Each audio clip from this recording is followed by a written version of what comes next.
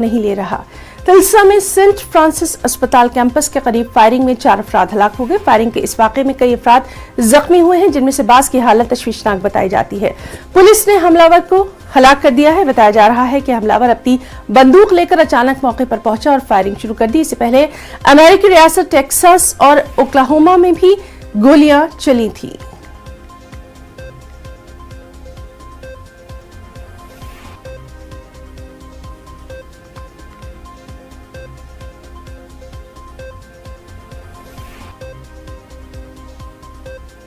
अमेरिकी सदर Joe Biden और उनके कौमी सलामती के मुशीर जैक सुलिवान आज व्हाइट हाउस में नेटो के सेक्रेटरी जनरल जेम्स स्टोल्टनबर्ग से मुलाकात करने वाले हैं। स्टोल्टनबर्ग ने बुध के रोज अमेरिकी वज़ीर ख़ारजा एंटनी ब्लिंकन से मुलाकात के बाद सहाफ़ियों को बताया था कि वो आने वाले दिनों में ब्रसेल्स में स्वीडन, फिनलैंड और तुर्की के आला हुक्काम के साथ एक मीटिंग बुलाएंगे, जिसमें स्वीडन और फिनलैंड की दिफाई इत्तेहाद में शमूलियत पर तुर्की की मुखालफत पर तबादला ख्याल किया जाएगा।